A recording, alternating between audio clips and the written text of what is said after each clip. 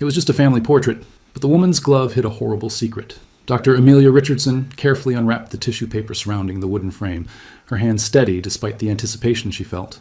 It was a crisp October morning in 2024, and she stood in her office at the American Legacy Museum in Richmond, Virginia, where she served as senior curator of post-Civil War African American history. The package had arrived 3 days earlier with no return address, only a brief note. "This belonged to my family. I believe it deserves to be seen and understood by more people. Please, tell her story." The photograph that emerged from the wrapping was mounted in an ornate Victorian frame with intricate carved details. The image itself was remarkably well preserved for its age. A formal studio portrait from 1875, according to the photographer's embossed mark visible in the bottom corner. J. Morrison, portrait artist, Richmond, Va. The photograph showed a black family of 6, posed in the elaborate style typical of the era. A distinguished man in his 40s stood at the center, one hand resting on an ornate chair. Beside him sat a woman of similar age, her posture regal and composed.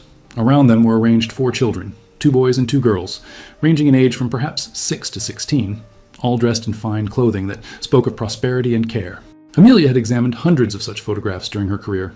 In the decade following the Civil War and emancipation, black families who had achieved freedom and economic stability often commissioned formal portraits. These images were powerful statements of dignity, success, and humanity, visual proof that countered the dehumanizing narratives of slavery and the racist propaganda that continued to circulate throughout the country. But something about this particular photograph caught Amelia's attention immediately. While the family's clothing was typical for prosperous African Americans of the 1870s, the father in a well-tailored suit, the children in clothes that showed both quality and care, the mother's attire included an unusual detail. She wore long gloves that extended well past her elbows, nearly to her shoulders, covered by the 3/4 sleeves of her elegant dress. The gloves were made of what appeared to be fine kid leather or silk, dyed a dark color that complemented her dress. In an era when women's gloves for formal portraits were typically wrist length or at most reached to mid-forearm, these struck Amelia as extraordinarily long. Amelia leaned closer, examining the woman's face. Her expression was composed and dignified, but there was something in her eyes, a depth of experience, perhaps even sorrow, that seemed to look directly through the camera and across nearly 150 years. The woman's left hand rested in her lap, the gloved fingers carefully arranged. Her right hand was positioned on the arm of her chair, the fabric of the gloves smooth and precisely fitted. Why such long gloves, Amelia wondered. Fashion varied, of course, but this seemed deliberately unusual. She turned the photograph over carefully. On the back, written in faded ink, were the words, "The family, Richmond, Virginia, June 1875. May we never forget." Amelia photographed the inscription with her phone, then returned her attention to the image itself. She had a feeling, the kind of instinct developed over years of historical research, that this photograph held a story deeper than what was immediately visible. Amelia spent the remainder of that day attempting to trace the photograph's origins. The anonymous sender had provided no contact info, and the postmark on the package showed only that it had been mailed from Richmond itself. Without more information about the family's identity, she would need to rely on the photograph itself and historical records from 1875 Richmond. She began with J. Morrison, the photographer, whose studio mark appeared on the image. Amelia accessed the museum's extensive database of historical businesses and found several references to James Morrison, a Scottish immigrant who had established a photography studio in Richmond in 1867. Morrison's studio had been located on Broad Street and had served both white and black clientele, somewhat unusual for the era, as many photographers refused to take portraits of African Americans or segregated their services.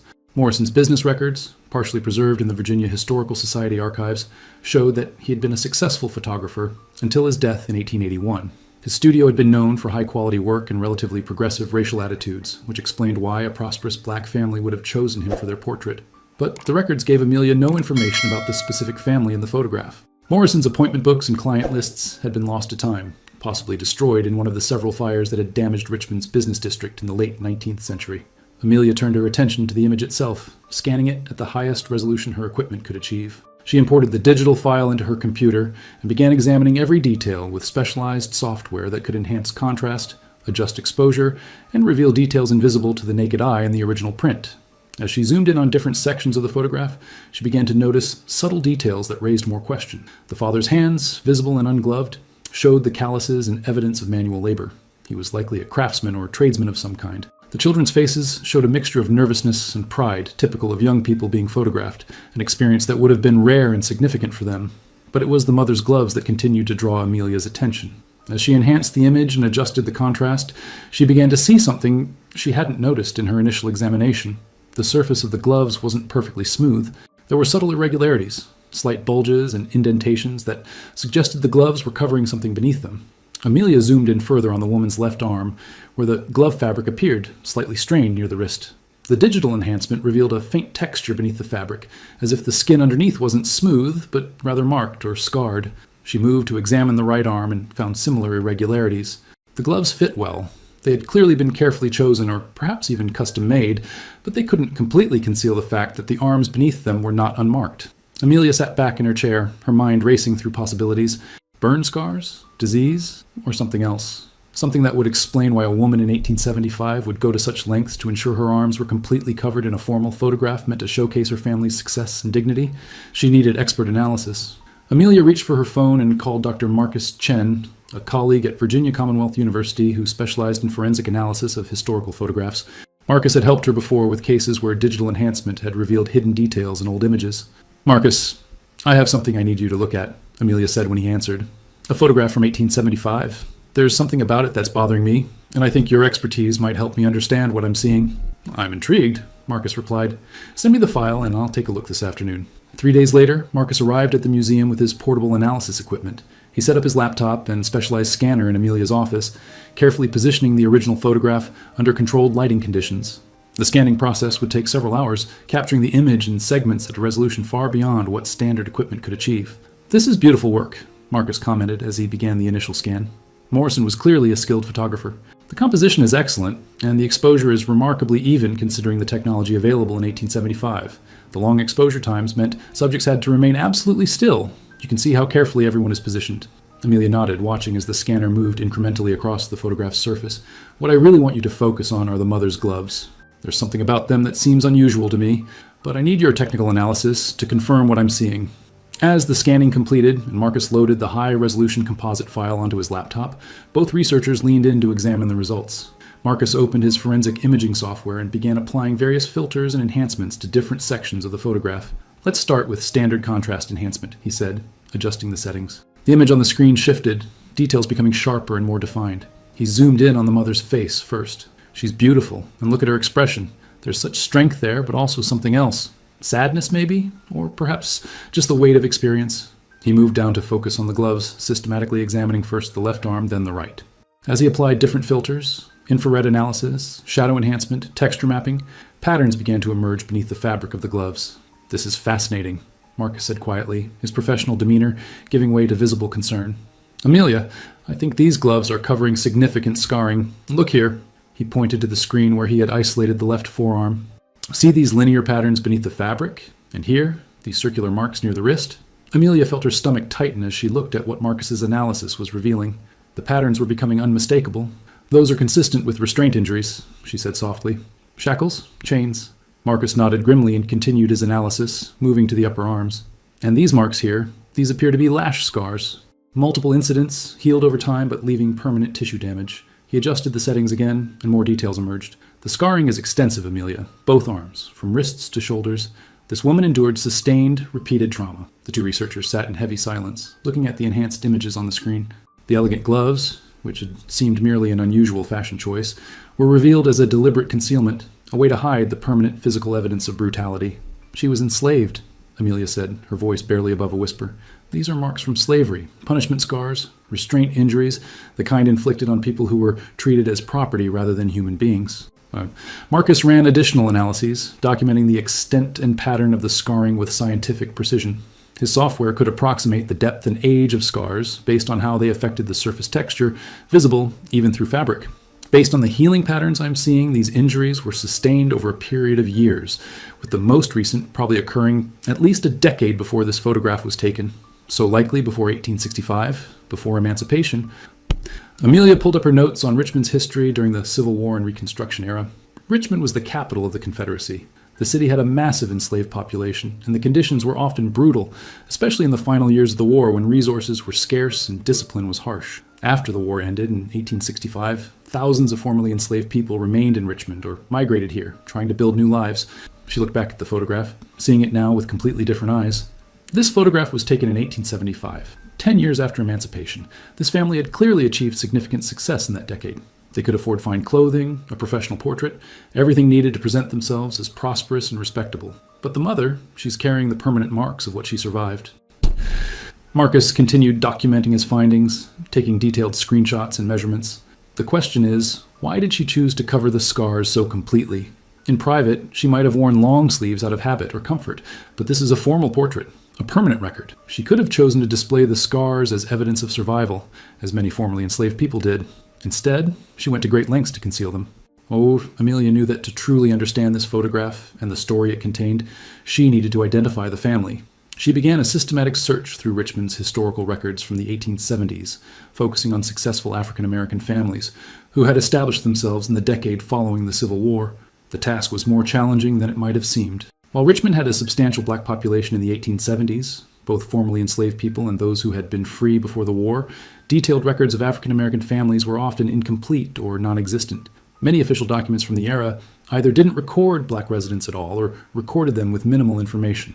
Amelia started with property records, reasoning that a family prosperous enough to afford a professional portrait likely owned property. She searched through deed records from 1865 to 1875, looking for black property owners in Richmond. The list was longer than many people would have expected.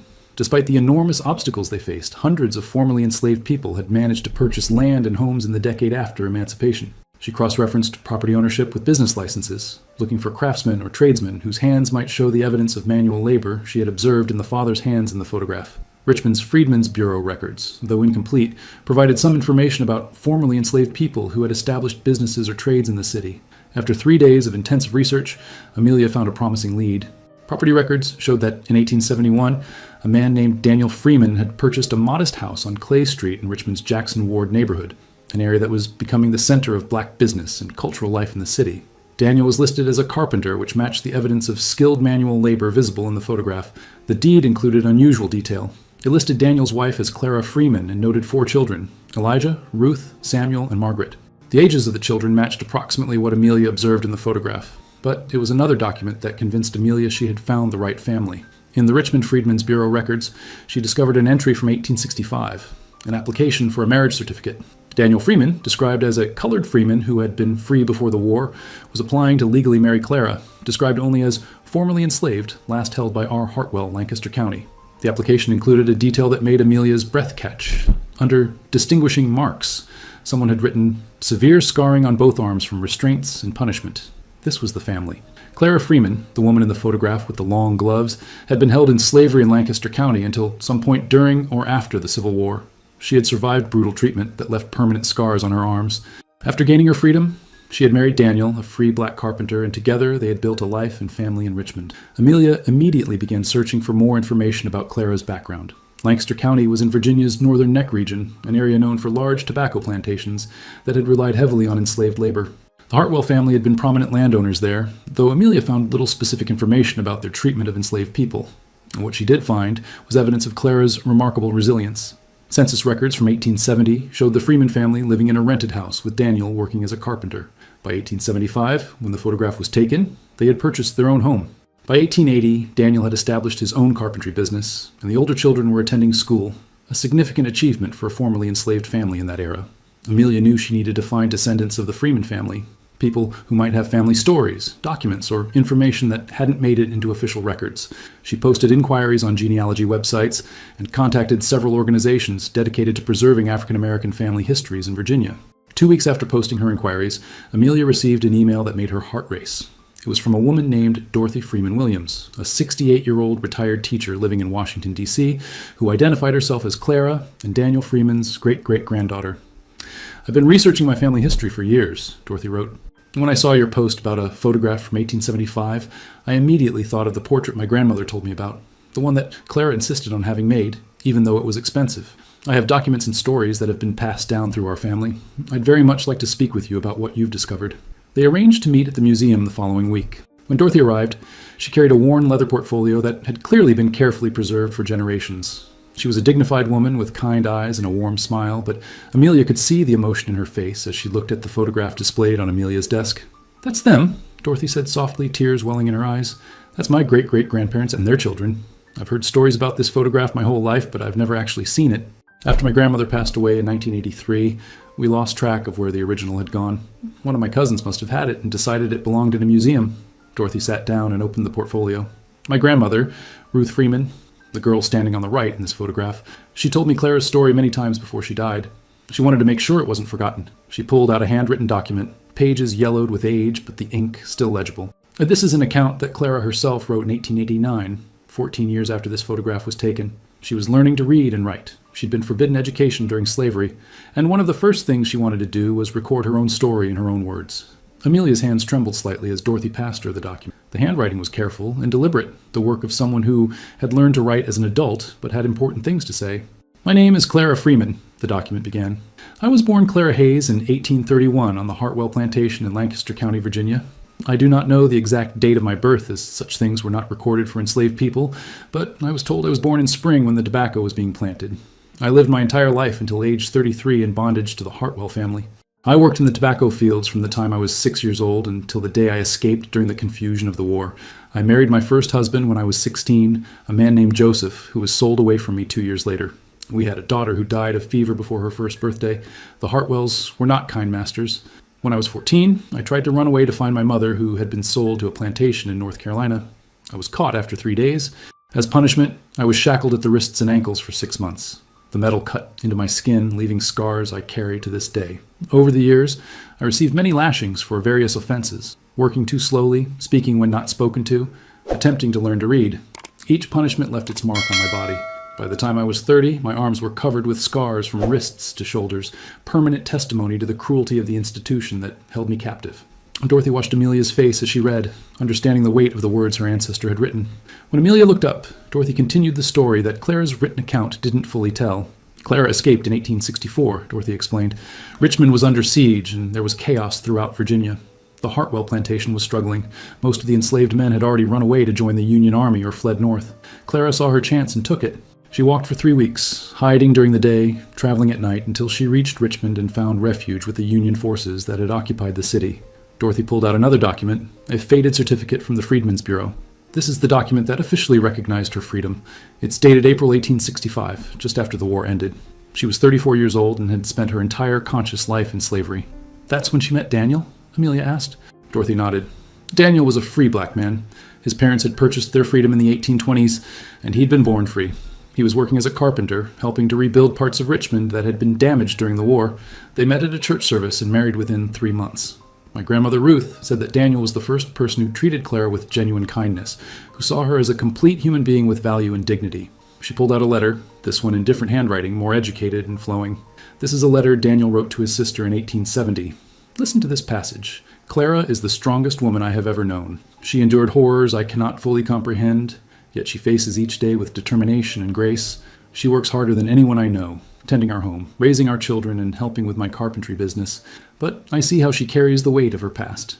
She will not allow anyone to see her arms uncovered. She makes her own long sleeves for all her dresses and wears gloves whenever she leaves the house. She says the scars remind her too much of what she survived, and she does not want our children to grow up seeing those marks and thinking of their mother as a victim. She wants them to see her as strong and whole." Amelia felt tears sting her eyes. The photograph suddenly made complete sense. Clara had insisted on wearing those long gloves not out of shame, but as an act of self-definition. She refused to let the physical evidence of her enslavement define how her children, in history, would remember her. "Tell me about the photograph," Amelia said gently. "Why was it taken?" Dorothy smiled, though tears were running down her cheeks. According to family stories, it was Clara's idea. In 1875, they had saved enough money to own their home, and all 4 children were healthy and thriving. Clara told Daniel that she wanted a portrait made, a formal portrait that showed the world what they had built together. She wanted proof that a woman who had been treated as property, who had been brutalized and dehumanized, could not only survive but thrive. She wanted a photograph that showed her family's dignity, success, and humanity. Dorothy pulled out one more document, a receipt from J. Morrison's photography studio, dated June 15th, 1875. The cost had been substantial. $5, nearly a week's wages for a skilled carpenter at that time. Clara insisted on going to Morrison because he was known for treating black clients with respect. She chose her finest dress and had Daniel commission those special gloves from a seamstress. She wanted everything to be perfect. "And the inscription on the back?" Amelia asked. "May we never forget." What did that mean? "My grandmother explained that to me," Dorothy said. "Clara meant it as a reminder to her descendants. She wanted us to remember where we came from. The suffering, yes, but also the strength. She wanted us to remember that freedom is precious because she knew what it meant to live without it. And she wanted us to remember that no matter what scars we carry, we have the right to define ourselves on our own terms. As Amelia continued her research, working closely with Dorothy, she uncovered more layers to Clara's story.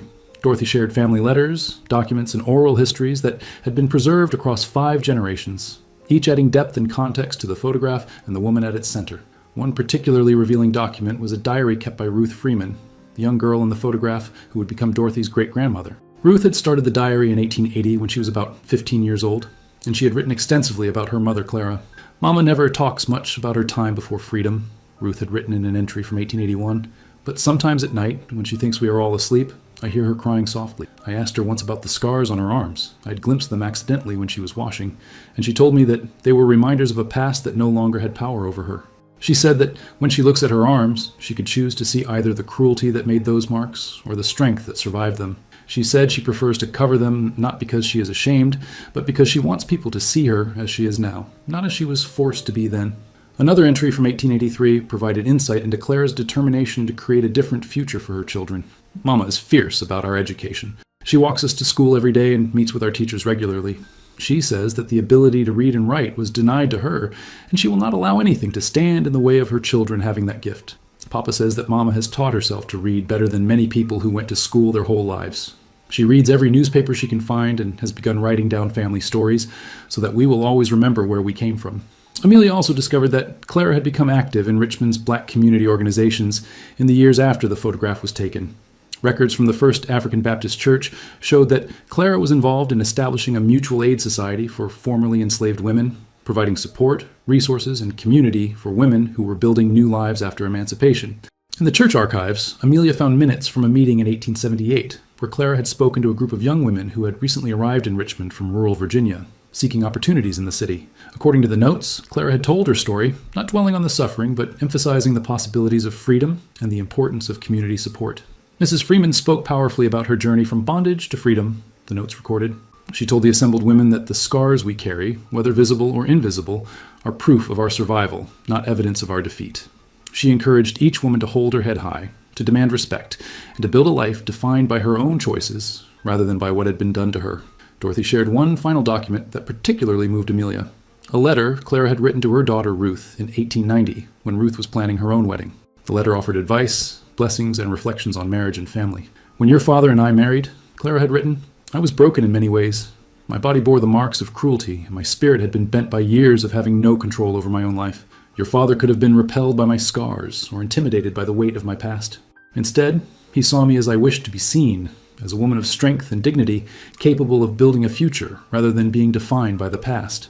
That photograph we had made when you were young, do you remember it?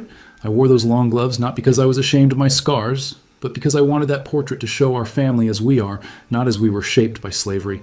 I wanted you children to see yourselves as free people, born into freedom, with possibilities your father and I never had. The scars on my arms are real, and I do not deny them, but they are not the whole truth of who I am. I'm also a wife, a mother, a member of a community, a woman who survived and built something beautiful from the ashes of bondage. As Amelia prepared her exhibition about the Freeman family photograph, she knew it was crucial to provide historical context that would help visitors understand Clara's story within the larger framework of American history. She reached out to Dr. Marcus Bennett, a colleague who specialized in the history of slavery and Reconstruction in Virginia. Together, they compiled statistics and information that painted a stark picture of the world Clara had survived. In Virginia alone, nearly 500,000 people had been held in slavery before emancipation. The conditions on tobacco plantations like the Hartwell estate were notoriously brutal.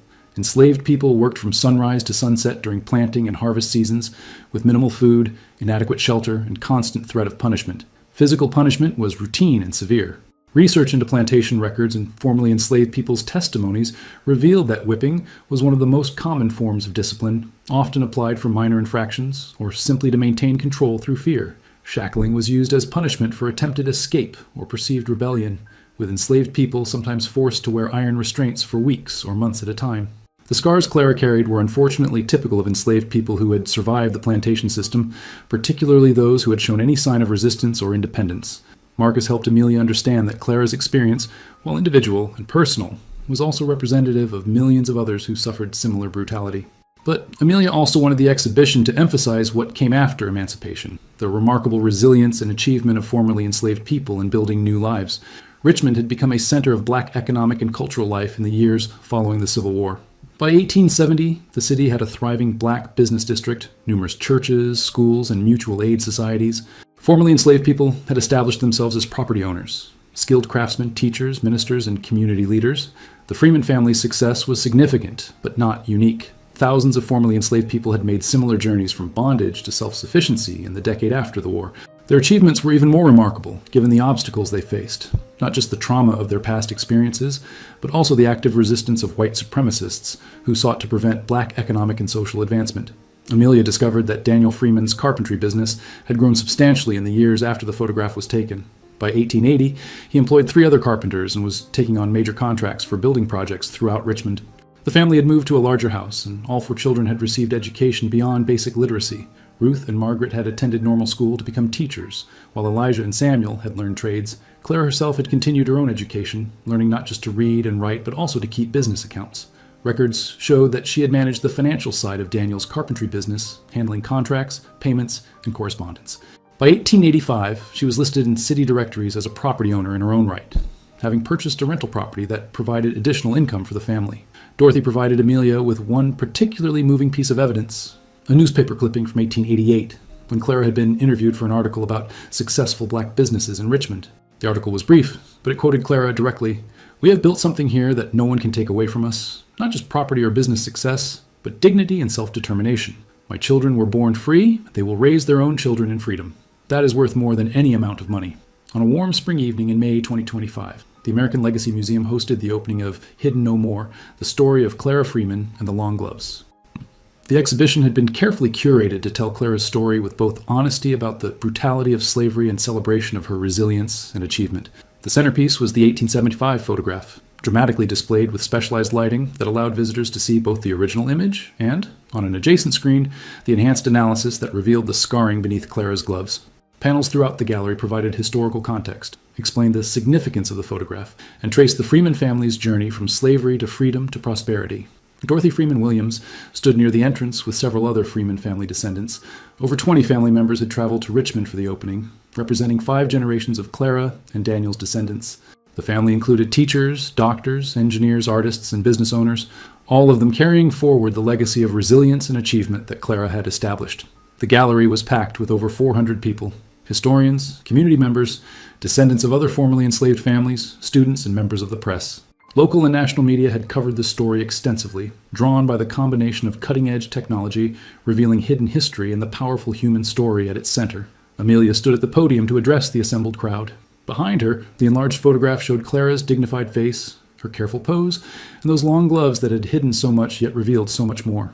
"For 149 years, Amelia began, this photograph has existed as a beautiful portrait of a successful black family in post-Civil War Richmond. But modern technology has allowed us to see what Clara Freeman deliberately chose to conceal, the physical scars of the brutality she survived. Yet, in understanding what she hid and why she hid it, we discover something even more powerful: Clara's profound act of self-definition and resistance. Clara Freeman did not hide her scars because she was ashamed of them. She hid them because she refused to be defined by them. She wanted this photograph, this permanent record of her family, to show not what had been done to her in slavery, but what she had built in freedom. She wanted her children and all future generations to see her as a woman of strength, dignity, and achievement. Amelia gestured to the family members gathered in the gallery. Clara's descendants are here tonight, living proof of what she and Daniel built together. They include educators, physicians, business leaders, artists, and activists, people who have achieved things that Clara herself, denied education and opportunity for most of her life, could only dream of. Yet all of them carry forward the values she embodied: resilience, dignity, self-determination, and commitment to family and community. Dorothy stepped forward to speak, her voice strong despite the emotion evident in her face. "My great-great-grandmother Clara died in 1904 at the age of 73.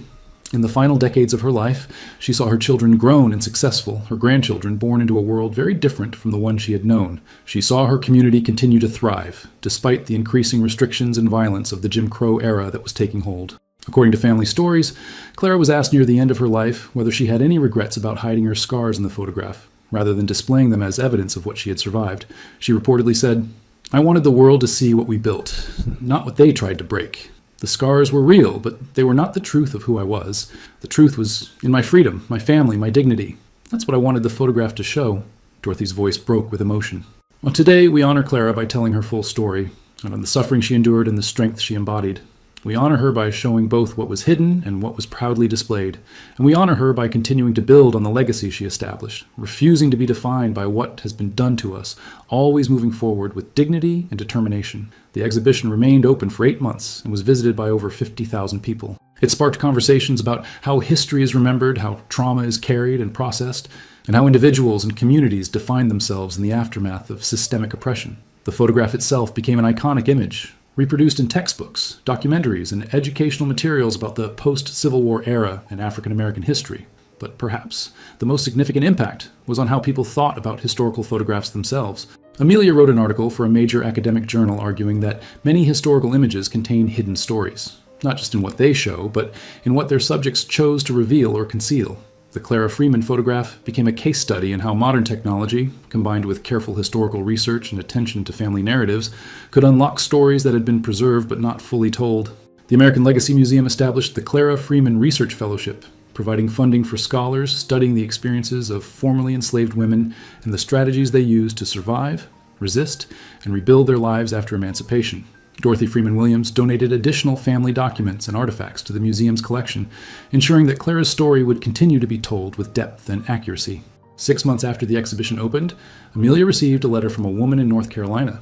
The writer explained that she'd visited the exhibition and been moved to research her own family history. Through genealogical research, she had discovered that her great-great-great-grandmother had also been enslaved on the Hartwell plantation in Lancaster County at the same time as Clara. The woman included a photograph from 1880. Her ancestor standing with her family, also wearing long gloves despite the summer heat. Reading Clara's story helped me understand my own ancestor's choice, the woman wrote. I always wondered about those gloves in the photograph. Now I understand that she, too, was making a statement, not hiding in shame, but asserting her right to be seen as she chose to be seen. Amelia realized that Clara's story was resonating because it spoke to something universal, the human desire for dignity, the right to self-definition, and the complex relationship between acknowledging trauma and moving forward from it. Clara hadn't denied her past. She had simply refused to let it be the only lens through which she was viewed. One afternoon, several months after the exhibition opened, Amelia stood alone in the gallery looking at the photograph that had started this entire journey. She thought about Clara, her strength, her determination, her careful choice to cover those scars while building a life of purpose and meaning. The photograph had always shown a family portrait, but now it revealed so much more. A testament to survival, an act of resistance, a declaration of dignity, and a bridge between past and present. Clara's gloves had hidden her physical scars, but in doing so, they had preserved a more complete truth about who she was, not just a survivor of slavery, but a woman who had built a life of freedom, family, and community. Behind Amelia, a group of middle school students entered the gallery with their teacher. She listened as the teacher explained Clara's story, watching the students' faces as they processed what they were learning. One girl raised her hand. "Did Clara ever take off the gloves?" the girl asked. "Did she ever let people see her arms?" The teacher smiled gently. According to family accounts, Clara was selective about when she revealed her scars. She showed them to her children when they were old enough to understand, using them as a teaching tool about history and resilience. She showed them to other formerly enslaved women in her community as a way of building solidarity and understanding. But she chose when and where and to whom she revealed that part of her past. That choice itself was an expression of her freedom. The students nodded thoughtfully, looking back at the photograph with new understanding. Amelia thought about the note that had arrived with the photograph months earlier. Please tell her story. That simple request had opened a window into a remarkable life and revealed a truth that had been both hidden and preserved for 149 years. Clara Freeman's story was now told, not just the story of what she survived, but the story of how she chose to be remembered. The long gloves in the photograph were no longer simply an unusual fashion choice. They were a powerful statement of self-determination, a reminder that healing from trauma doesn't require displaying wounds, and a testament to the fact that freedom includes the right to define oneself on one's own terms. As visitors continued to move through the gallery examining the photograph and reading Clara's story, Amelia understood that this was exactly what Clara had wanted all along, not to hide the truth, but to ensure that when people looked at her family portrait, they saw the full truth. Not just survivors of slavery, but builders of freedom, dignity, and legacy. The gloves had hidden Clara's scars. But the photograph, properly understood, had preserved her story, and now, finally, that story was being told with the depth, respect, and understanding it deserved.